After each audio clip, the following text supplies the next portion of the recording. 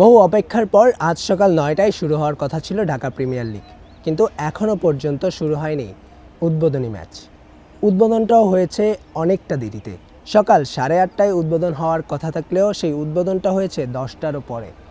তামিম ইকবাল এবং ক্রীড়া প্রতিমন্ত্রী আমিনুল হকের আসার কথা ছিল, দুজনের একজনও আসেনি উদ্বোধন অনুষ্ঠানে। কেন এই খামখেয়ালি? তবে কি ডিপিএল সেই আগের রূপেই ফিরে যাচ্ছে? এই ডিপিএল দিয়েই তো ক্রিকেটাররা নিজেদের সংসারটা চালান, মূলত এরকমটাই বলা হয়ে থাকে। বছরে একবার ডিপিএল হয়, সেই ডিপিএলের অপেক্ষায় থাকে ক্রিকেটাররা। কিন্তু এই বছরও আমরা যেমনটি এখন পর্যন্ত লক্ষ্য করছি, উদ্বোধনী ম্যাচেই খামখেয়ালি দেখা যাচ্ছে। এখনও পর্যন্ত সংস্কার কাজ শেষ হয়নি বসুন্ধরা স্পোর্টস সিটির মাঠে। এখনও পর্যন্ত চলছে সংস্কার কাজ। সকাল 9টায় ম্যাচ হওয়ার কথা, দুপুর গড়াতে চলেছে, এখনও পর্যন্ত সংস্কার কাজ চলছে। পিচে দেওয়া হচ্ছে মাটি। কখন নাগাদ ম্যাচ শুরু হবে তা নিয়ে শঙ্কা কাটছেই না। ধোঁয়াশা এখনও পর্যন্ত। দুই দলের ক্রিকেটাররা অপেক্ষায় গণমাধ্যম কর্মীরাও। কখন শুরু হবে ঢাকা প্রিমিয়ার লিগের প্রথম ম্যাচ?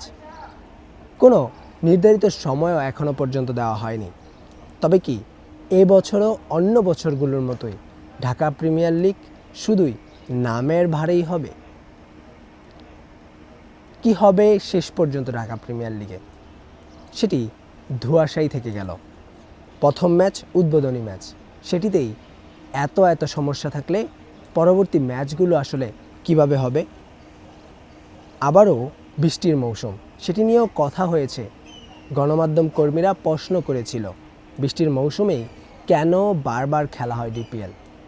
বলছিলেন শিডিউল বিপর্যয়ের কথা, বিভিন্ন সিরিজের কথা।